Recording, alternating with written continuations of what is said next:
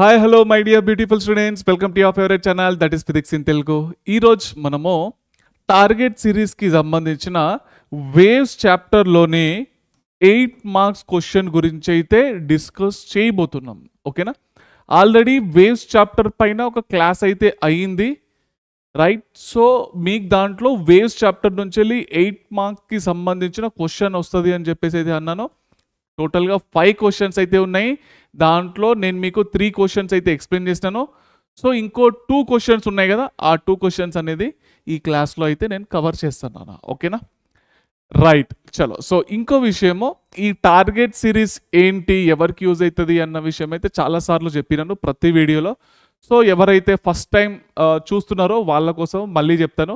ఈ target series ఎవరికి use అవుతుంది అంటే, ఎవరైతే ఇప్పుడు క్లాస్ 11th బోర్డ్ ఎగ్జామ్ రాస్తున్నారో లేదా క్లాస్ 12th బోర్డ్ ఎగ్జామ్ రాస్తున్నారో వాళ్ళకు ఈ టార్గెట్ సిరీస్ అనేది 100% యూజ్ అవుతుంది నాన్న. ఓకే, అయితే ఈ టార్గెట్ సిరీస్లో మొత్తం చాప్టర్ మొత్తం డీటెయిల్గా కాకుండా, సో ప్రతి ఒక్క చాప్టర్లో గన్ షాట్ క్వశ్చన్స్ ఉంటాయి చూడండి, అటువంటి క్వశ్చన్సే ఈ టార్గెట్ సిరీస్లో ఎక్స్ప్లెయిన్ చేయడం జరుగుతుంది నాన్న. ఓకేనా?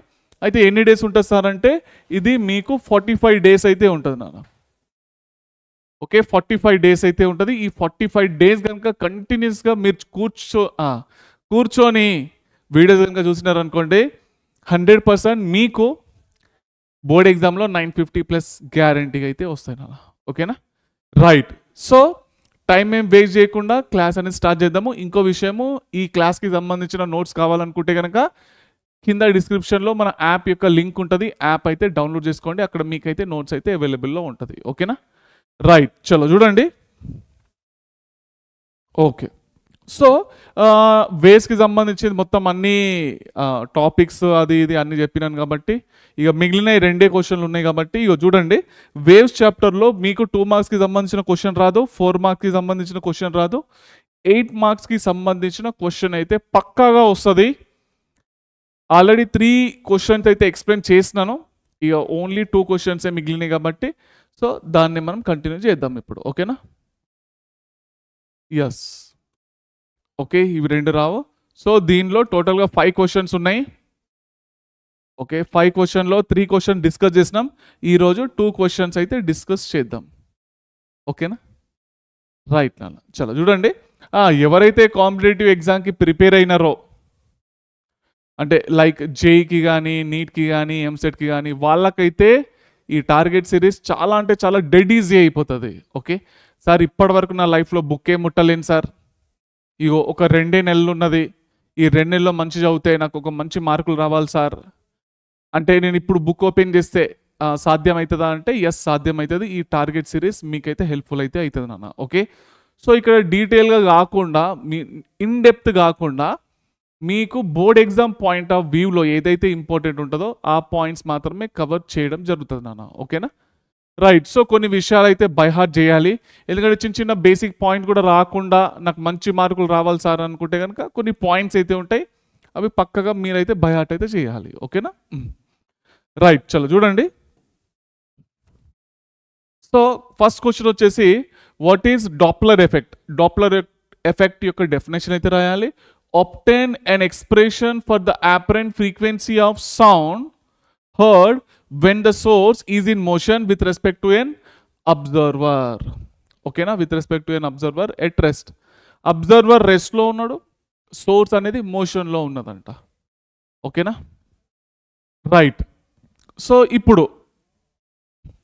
ఇప్పుడు ఈ డాప్లర్ ఎఫెక్ట్ అంటే ఏంటి, దీని ఒక డెఫినేషన్ ఏంటి అంటే, అసలు రియల్ లైఫ్లో ఈ డాప్లర్ ఎఫెక్ట్ మనకి ఎక్కడ కనిపిస్తుంది అని అంటే, సో సోర్స్ అంటే ఏంటంటే, మీరు ఒక ట్రైన్ తీసుకోండి.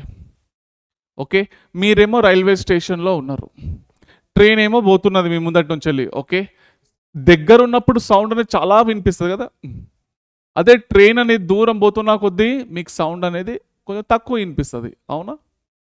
అవునా కదా? ఫ్రీక్వెన్సీ, మీకు వినిపించే ఫ్రీక్వెన్సీని అపరెంట్ ఫ్రీక్వెన్సీ అని చెప్పేసి అంటాం. దగ్గర ఉన్నప్పుడు ఎక్కువ, దూరం పోతున్నా కొద్దీ తక్కువ. అవునా? మళ్ళీ ఇది మీరు ట్రైన్ మీ దగ్గరకు వస్తున్నది, అప్పుడు మీకు ఆ ఫ్రీక్వెన్సీ ఎట్లా వినిపిస్తుంది? ఎక్కువ వినిపిస్తుంది. సౌండ్ ఎక్కువ వినిపిస్తుందా, వినిపించదా? ఓకేనా? దగ్గర రాగానే ఇంకా ఎక్కువ అవుతుంది. అవునా? సో ఇప్పుడు సోర్స్ అనేది దూరం పోతున్నది, అప్పుడు ఎట్లా వినిపిస్తుంది? మెల్లమెల్ల తగ్గుకుంటా పోతుంది. సో ఈ ఎఫెక్ట్ ఎందుకు అట్లా అవుతున్నది? ఓకే, ట్రైన్ దూరం పోతున్నప్పుడు తక్కువ సౌండ్ వినిపించడము, ట్రైన్ దగ్గరకు వచ్చినప్పుడు ఎక్కువ సౌండ్ వినిపించడము, అసలు ఇది ఎందుకు అవుతున్నది అని అంటే ఈ ఎఫెక్ట్కి కారణం ఏంటంటే డాప్లర్ ఎఫెక్ట్ నాన్న. ఓకేనా? డాప్లర్ ఎఫెక్ట్ అంటే ఏంటి? ద apparent చేంజ్ ఇన్, ఇగో చూడండి, the phenomenon of apparent change in frequency received by the observer due to the relative motion between the source and observer is called as Doppler effect. ఓకేనా? Right. So Doppler effect అంటే ఏంటి అన్నది ఒక clarity అయితే వచ్చింది కదా. ఎక్కడికి వెళ్ళి సార్ ట్రైన్ దూరం పోయినప్పుడు తక్కువ వినిపిస్తుంది సౌండ్, దగ్గరికి వచ్చినప్పుడు ఎక్కువ వినిపిస్తుంది, అంతేనా? అంటే ఈ ఎఫెక్ట్ని డాప్లర్ ఎఫెక్ట్ అంటామా? ఎస్, ఎగ్జాక్ట్లీ అంతేనా. సోర్స్ అంటే ట్రైన్ తీసుకోండి, అబ్జర్వర్ అంటే మీరే ఇక. ఓకేనా? అయితే ఇప్పుడు రండి. సో ఇప్పుడు చూడండి, సో ఇప్పుడు దీన్ని చూసి ఇక మీకైతే ఎక్స్ప్లెయిన్ చేస్తాను చూడండి. దీనికి ఓకే, సో ఇది వచ్చేసి సోర్స్ నాన్న. సోర్స్ అనేది ఇక్కడ ఉన్నది అని చెప్పేసి అయితే అనుకుందాం. ఓకేనా? అబ్జర్వర్, సారీ, సోర్స్ వచ్చేసి ఇక్కడ S1 అంటే సోర్స్, S1 అంటే సోర్స్, O అంటే ఏంటి? అబ్జర్వర్ అనమాట. ఓకేనా? సో మీరు ఎట్లా తీసుకున్నా కానీ వస్తుంది. ఇక్కడ ఏంటంటే అబ్జర్వర్ ఇక్కడ ఉన్నాడు, ఇది ట్రైన్ అన్నట్టు. ట్రైన్ మీ దగ్గర నుంచి దూరం వెళ్ళిపోతున్నది. ఓకేనా? దూరం పోయేటప్పుడు మీకు ఎట్లా వినిపిస్తుంది? సార్ తక్కువ సౌండ్ అయితే వినిపిస్తుంది సార్ కదా, తక్కువనే కదా వినిపించేది.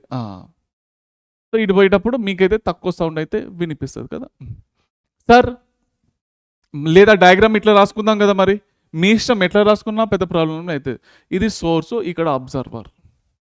ఓకేనా? O అంటే అబ్జర్వర్, S అంటే సోర్స్. సోర్స్ అనేది ఇటు పోతున్నాడు.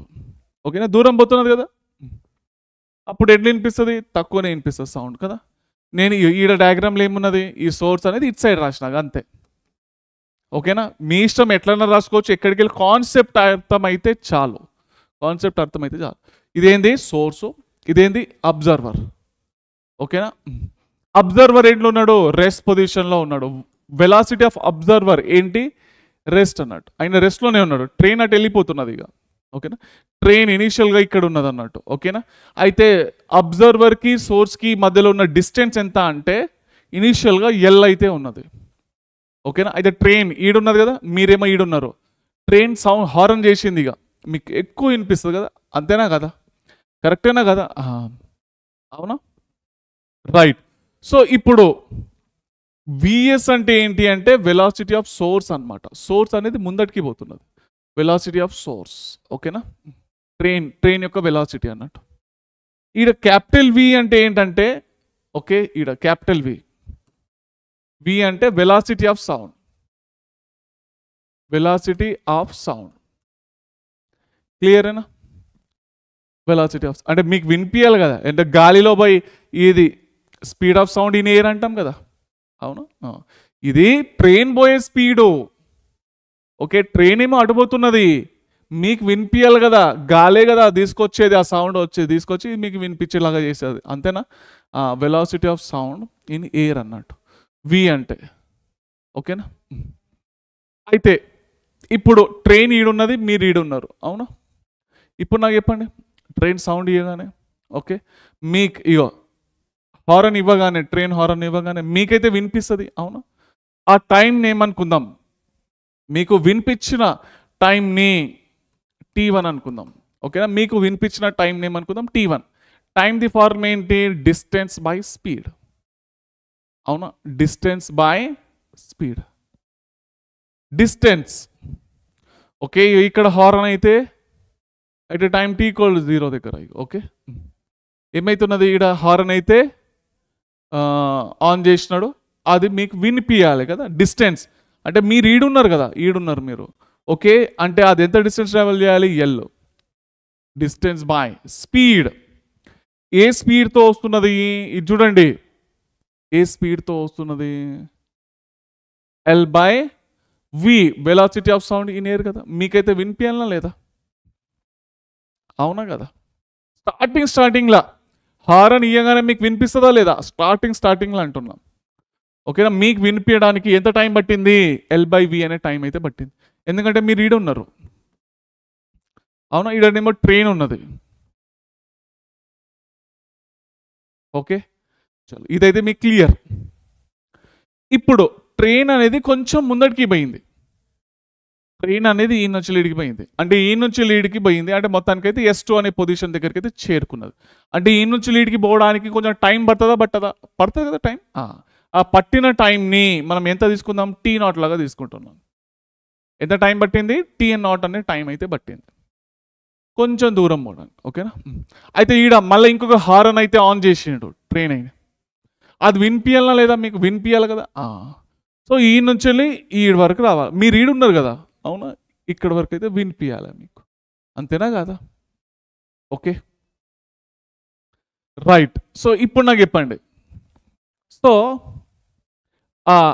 టైం ఎంత పట్టింది మీకు వినిపించడానికి? ట్రైన్ అనేది ఈ నుంచి లీడ్కి పోయి హారన్ కొట్టిన తర్వాత మీకు వచ్చి వినిపించింది, అంతేనా కదా? అంటే టోటల్ టైం ఎంత పట్టింది? ఈ నుంచి లీడ్కి పోవడానికి టైం T0, మళ్ళీ ఈ నుంచి లీడ్కి రావడానికి టైం పట్టిన టైం, అవునా? అంతేనా కదా? కరెక్టేనా కదా? సో ఎంత టైం పట్టింది? T0. ఈ నుంచి లీడ్కి పట్టిన టైం T0 అనుకుంటున్నా.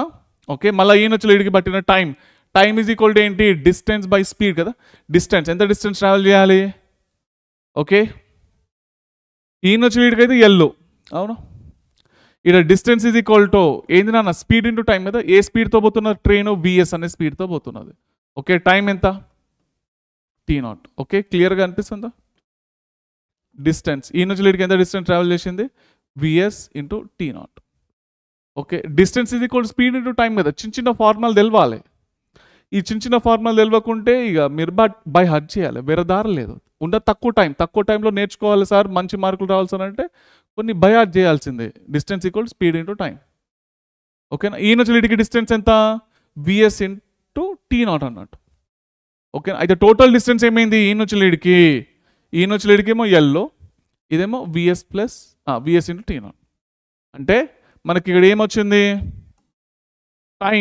టైం ఈజ్ ఈక్వల్ ఏంటి? Distance by speed. డిస్టెన్స్ ఎంత? L plus VS into T0, అవునా? ఫస్ట్ ఏంది? T0 ఈ నుంచి లీడ్కి పట్టిన టైం, నెక్స్ట్ ఈ నుంచి లీడ్కి పట్టిన time. Time is equal to distance by speed. Distance ఎంత?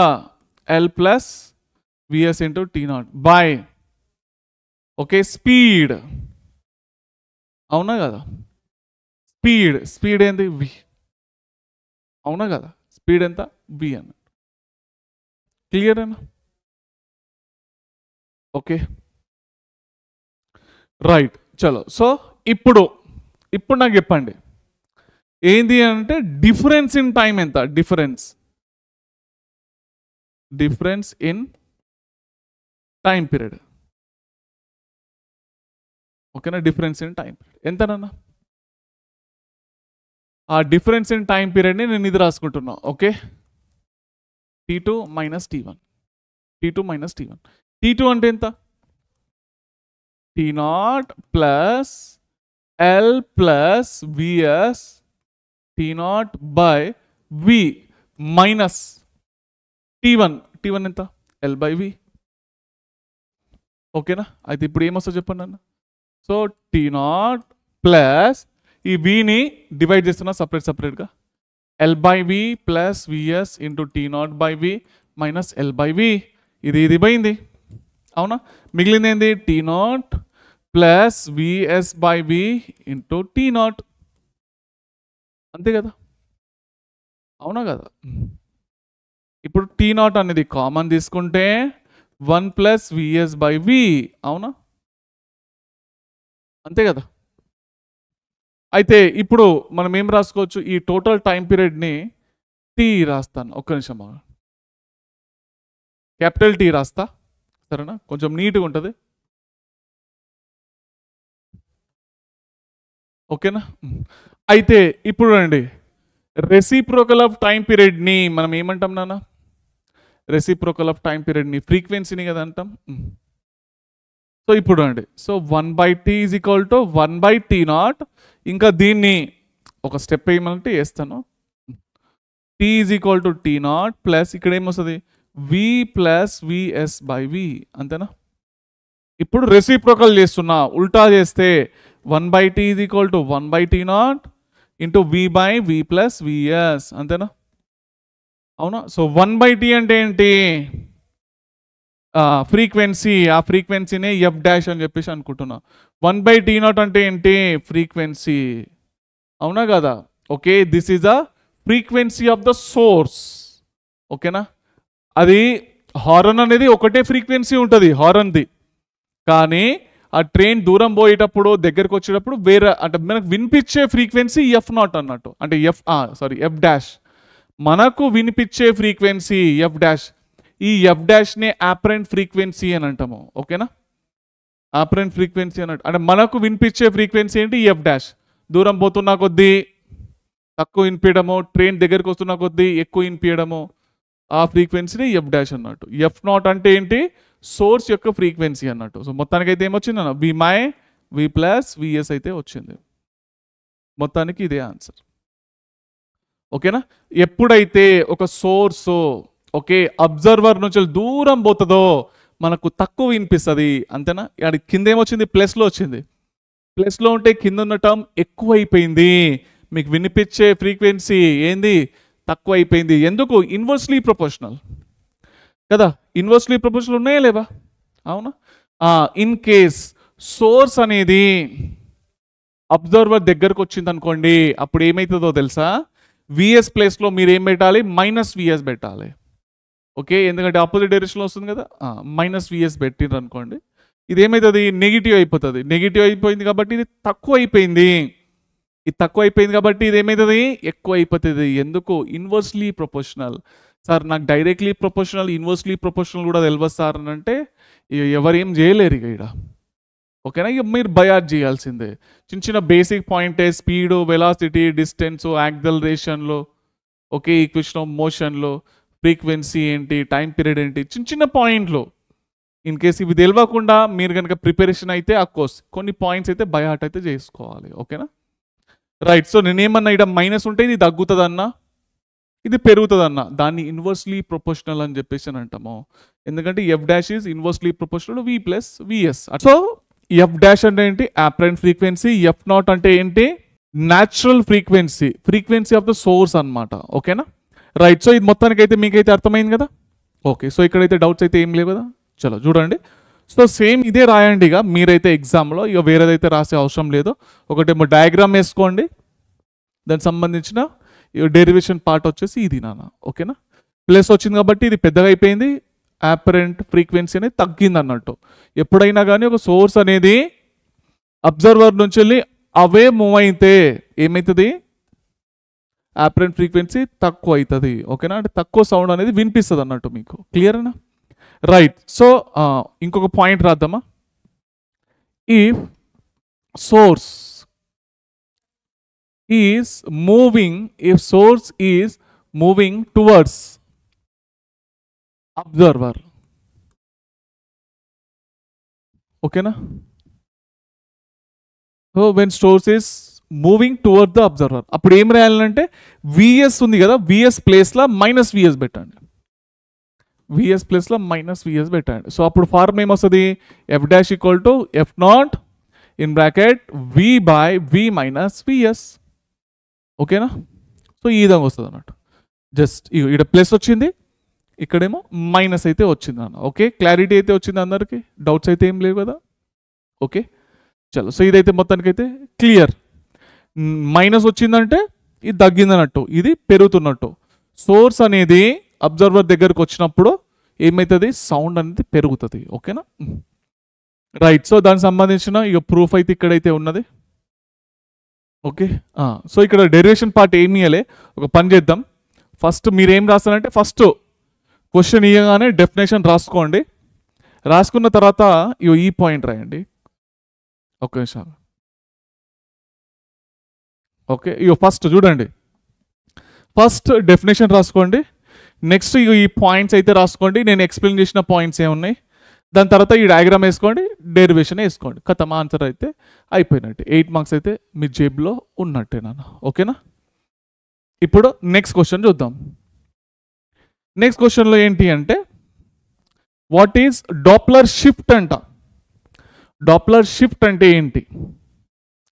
obtain an expression for the apparent frequency of sound heard when the observer is in motion with respect to a source at rest. ఇప్పుడు source అనేది train అనేది రెస్ట్లో ఉన్నది, ఓకేనా. Observer అనేది source వైపు move అవుతున్నాడు లేదా అవే కానీ మూవ్ అవుతున్నాడు, ఓకే. ఎట్లన్నా కానీ ఇది నాకు చెప్పండి. ట్రైన్ ఏమో ఇన్నే ఉన్నది, ఓకే. ఇప్పుడు సోర్స్ అనేది ఏంది? రెస్ట్లో ఉన్నది కదా, రైట్. ఇదేంది? అబ్జర్వర్ ట్రైన్ వైపు మూవ్ అయితే ఏమవుతుంది? సౌండ్ అనేది ఎక్కువ వినిపిస్తుంది కదా, అవునా. అబ్జర్వర్ సోర్స్ నుంచి అవే మూవ్ అయితే సౌండ్ అనేది తక్కువ వినిపిస్తుంది. దానికి సంబంధించిందే మీరు కనుక్కోండి అని అంటున్నాడు, ఓకేనా. ఫ్రీక్వెన్సీ కనుక్కోండి అంటున్నాడు. obtain expression for apparent frequency, f dash value కనుక్కోవాలి. apparent ఫ్రీక్వెన్సీ ఇప్పుడు కనుక్కున్నట్టే సేమ్ అదే మోడల్లో ఉంటుంది క్యాలిక్యులేషన్, ఓకేనా. అయితే డాప్లర్ ఎఫెక్ట్ అంటే ఏంటో తెలుసు, కానీ డాప్లర్ షిఫ్ట్ అంటే ఏంటి సార్ అంటే ఏం లేదు. డాప్లర్ షిఫ్ట్ అంటే డిఫరెన్స్ ఇన్ ఫ్రీక్వెన్సీస్ అన్నట్టు, ఓకే. డిఫరెన్స్ ఇన్ ఫ్రీక్వెన్సీస్ అదేంది? Okay, f dash minus f naught. Difference in frequency. F dash అంటే apparent frequency minus f naught అంటే ఏంటి? దాని యొక్క సోర్స్ యొక్క ఫ్రీక్వెన్సీ, అంతేనా. చూడండి, ఇగో the difference between apparent frequency, ఇక్కడ ఎన్ తీసుకున్నాడు అంతే. మనమేమో ఇంతకుముందు ఎఫ్ తీసుకున్నాం కదా, ఎన్ తీసుకున్నాడు అంతే. And the actual frequency n naught అంటే మనం తీసుకున్నది ఏంది? యాక్చువల్ ఫ్రీక్వెన్సీ ఎఫ్ నాట్ తీసుకున్నాం. Heard by an observer is called as Doppler shift. N ప్లస్లో ఎఫ్ పెట్టినాం అంతే, ఇంకేం లేదు, ఓకేనా. ఈ డాప్లర్ షిఫ్ట్ ఫార్ములా. నెక్స్ట్ ఇప్పుడు చూడండి, నేనేం చేస్తున్నాను? సోర్స్ అనేది రెస్ట్లో ఉన్నది, అవునా. సోర్స్ అనేది రెస్ట్లో ఉన్నది. అబ్జర్వర్ ఏమో ఇక్కడ ఉన్నాడు. అబ్జర్వర్ స్టార్టింగ్లో ఇక్కడ ఉన్నాడు, ఓకేనా, రైట్. సో ఇప్పుడు అబ్జర్వర్ సోర్స్ వైపు మూవ్ అవుతున్నాడు కదా, అవునా. సో వెలాసిటీ ఆఫ్ అబ్జర్వర్ వచ్చేసి V0 అయితే తీసుకుంటున్నాను నేను, ఓకే. అయితే ఇప్పుడు వీటి మధ్యలో స్టార్టింగ్లో వాటి మధ్యలో డిస్టెన్స్ ఎంత ఉన్నది? ఎల్ అయితే ఉన్నది కదా. Starting okay. ఫస్ట్ ఏంటి? సో ఎంత టైం పడుతున్నది? ఇగో ఇది చూడండి, స్టార్టింగ్ ఇది అవునా. వి అంటే ఏంటి? ఓకే, ఇక్కడ రాయాలనేమో, ఒక్క నిమిషం. వి అంటే ఏంటి? వి అంటే velocity of sound. Velocity of sound in air, ఓకేనా. ఇది క్లియర్ కదా, ఇదైతే పెద్ద ఇష్యూ అయితే లేదు, ఎందుకంటే ఇది రెస్ట్లో ఉన్నది సోర్స్ కదా. అబ్జర్వర్ మోషన్లో ఉన్నాడు, ఓకే. V0 అంటే ఏంటి? Velocity of observer. క్లియర్ అయినా? అయితే ఈ స్టార్టింగ్ కండిషన్ చూద్దాం. స్టార్టింగ్ కండిషన్ సోర్స్ వచ్చేసి హారన్ కొట్టేసింది ఇక, ఓకే. ట్రైన్ హారన్ అయితే బటన్ ప్రెస్ చేసినాడు. ఆ హారన్ సౌండ్ ఈయనకి వినిపించాలి కదా. స్టార్టింగ్ ఈడున్నాడు, వినిపించాలి. ఎంత టైంలో వినిపిస్తుంది? ఆ పట్టిన టైం నేమ్ అనుకుందాం, T1 అనుకుందాం, ఓకేనా. T1 ఏమొస్తుంది అన్న? Time is equal to distance by speed. Distance ఎంత? ఓకే, వినిపించాలి కదా, అంటే స్పీడ్ ఆఫ్ సౌండ్ అయితే ఇటే రావాలి, ఇటు, అంతేనా కదా. ఏం రాస్తాం? Okay, speed of sound in air v by, okay, v by ఏమొస్తుంది మనకు? Time is equal to time is equal to distance by speed కదా. టైమ్ ఈజ్ ఈక్వల్ టు ఏంటి? Distance by speed. డిస్టెన్స్ ఎంత? ఈ నుంచి ఎల్లో, అవునా. Speed ఎంత? ఇది చూడండి, సౌండ్ ఏమో స్పీడ్ ఆఫ్ సౌండ్ ఏమో ఇట్ల నుంచి వస్తున్నది, కానీ ఈయన పోయినదేమో ఇట్లా పోతున్నాడు. రెండు ఆపోజిట్ డైరెక్షన్లో ఉన్నాయి కదా. రిలేటివ్ వెలాసిటీ కాన్సెప్ట్ తెలుసు కదా. ఆపోజిట్ డైరెక్షన్లో పోతే ప్లస్ అని రాసుకోవాలి. రెండు వెలాసిటీలు ఉన్నాయి కదా ఇక, అవునా. V ప్లస్ V0, ఓకేనా. ఆపోజిట్ డైరెక్షన్లో పోతే ఇట్లా రాయాలి. ఇప్పుడు నెక్స్ట్ ఇంకొక టైం మనకు కావాలి, T2. ఈ T2 టైం ఏంటి అని అంటే, ఇగో ఇక్కడ నుంచి ఇక్కడికి వచ్చేసిండు. ఈ నుంచి లీడికి రావడానికి పట్టిన టైం ఎంత ఆయనకు? T0. ఇంతకుముందు చేసినట్టే ఈ నుంచి లీడికి పోవడానికి, ఓకేనా. అయితే ఎంత దూరం ట్రావెల్ చేసింది అని అంటే, distance is equal to speed into time కదా. ఎంత వెలాసిటీతో పోయింది? V0. టైం ఎంత పట్టింది? T0 కదా. ఈ నుంచి లీడికి ఎంత డిస్టెన్స్? ఇంత. అవునా కదా? కరెక్టేనా? ఇప్పుడు ఈ డిస్టెన్స్ ఏమైపోతుంది? ఎల్. ఇది కొంచెం స్ట్రేట్ వేసుకోండి, ఇది సీదా బల్లేదు, ఇది కొంచెం స్ట్రేట్ వేసుకోండి. ఓకే, రైట్ నాన్న. ఇప్పుడు రండి, ఈ డిస్టెన్స్ ఏమైపోతుంది మనకు చెప్పండి. ఓకే, ఎల్లలో నుంచి వెళ్ళి అంటే మొత్తం డిస్టెన్స్ నుంచి వెళ్ళి V0 T0 అయితే తీసేసేయాలి. ఎల్ మైనస్ V0 T0 ఈ డిస్టెన్సే కదా. అబ్బా ఇది చిన్న పిల్లలు కదా నాన్న, ఇది పెద్దది, ఈ నుంచి ఇడికి ఉన్నది, ఇంత తీసేసేయాలి. ఇంత తీసేసేయాలంటే ఎల్ నుంచి వెళ్ళి V0 ఇంటూ T0 అయితే చేయాలి, అంతేనా? అవునా కదా? అవును. డిస్టెన్స్. ఇప్పుడు నాకు చెప్పండి, టోటల్ టైం ఎంత పట్టింది? ఇతను ఈ నుంచి ఇడి పోవడానికి టైం పట్టిన టైం ఏమో T0 ఇంకా. ఓకే, అయితే ఈయన సౌండ్ అయితే అంటే హారన్ అయితే కొట్టింది కదా, అప్పుడు వినిపించిన టైం. ఓకే, ఈ నుంచి లీడ్కి వినిపించిన టైం ఎంత? ఓకే, ఎంతనా? Time is equal distance upon speed. Distance ఎంత? డిస్టెన్స్ ఎంత? L minus V0 T0 by speed. Speed ఏ స్పీడ్తో? మళ్ళీ అదే V ప్లస్ V0 కదా. అవునా కదా? సౌండ్ ఏమో ఇటు వస్తున్నది, ఈయనేమో ఇటు పోతున్నాడు, ఆపోజిట్ డైరెక్షన్లో పోతున్నారు. V ప్లస్ V0, కరెక్టేనా? అయితే ఇప్పుడు డిఫరెన్స్ ఇన్ టైం ఎంత? Okay, now difference in time. Okay, అంటే T అని రాస్తున్నా. ఓకే, T2 మైనస్ T1 ఇప్పుడు చేసినట్టే నాన్న, సేమ్ డోప్లర్ ఎఫెక్ట్లో ఎట్లయితే చేసినామో ఇప్పుడు సేమ్ అట్లనే చేస్తున్నాం. T2 అంటే T0 plus L minus V0 T0 by V plus V0 minus T1 అంటే L by V plus V0 కదా. ఇప్పుడు దీన్ని ఏం చేస్తున్నావు చూడండి, T0 ప్లస్ ఈ V ప్లస్ V0 సపరేట్ చేస్తున్నాను, L by V plus V0 minus V0 T0 by V plus V0 minus L by V plus V0, అంతేనా? ఇప్పుడు చూడండి, జాగ్రత్త చూడండి, ఇది పోయిందా? మిగిలింది ఏంది నాన్న? ఇక మిగిలింది ఏంది? Capital T is equal to ఈడనేమో మిగిలింది T0 కదా, minus V0 T0 by V0 T0 by V plus V0 కదా. ఇలా నుంచి T0 అయితే కామన్ కదా, 1 minus V0 by V plus V0. చిన్న ఇక మ్యాథమెటికల్ పార్ట్ మీరు చేసుకోవచ్చు కదా, ఇది పెద్ద ఇష్యూ అయితే లేదు. అవునా? ఇది ఇటైతే వస్తుంది T0 ప్లస్ ఎల్సిఎం ఏంటి? V ప్లస్ V0 కదా. పైన ఏమొస్తుంది? V plus V0 minus V0, అంతేనా? ఓకే, క్లియరేనా? రైట్. చలో ఇప్పుడు ఏం క్యాన్సిల్ అయినా? ఇది క్యాన్సిల్ అయితే అయిపోయింది. ఏమొచ్చింది? T0 in bracket V by V plus V0, అంతేనా? అవునా కదా? T0 ఇదైతే వచ్చింది. ఇప్పుడు రెసిప్రోకల్లా కావాలి, ఉల్టా చేస్తున్నా, ఉల్టా 1/T ఇది equal to 1/T0 V plus V0 by V, అంతేనా? 1/T అంటే ఏంటి? ఫ్రీక్వెన్సీ. ఈ ఫ్రీక్వెన్సీనే ఆపరెంట్ ఫ్రీక్వెన్సీ అన్నట్టు, ఈ ఫ్రీక్వెన్సీనే ఆపరెంట్ ఫ్రీక్వెన్సీ. ఓకే, ఇదేంది? ఓకే, సోర్స్ యొక్క ఫ్రీక్వెన్సీ, ఒరిజినల్ ఫ్రీక్వెన్సీ అన్నట్టు. హారన్ ది సౌండ్ ఉంటుంది చూడండి, ఫ్రీక్వెన్సీ అది. ఓకే, ఏమొచ్చింది? V plus V0 by V అయితే వచ్చింది. ఓకేనా? మొత్తానికి ఫార్ములా ఏమొచ్చింది కనుక్కున్నాము, F dash is equal to F0 in bracket V plus V0 by V plus V0 by V అన్నమాట. ఓకేనా?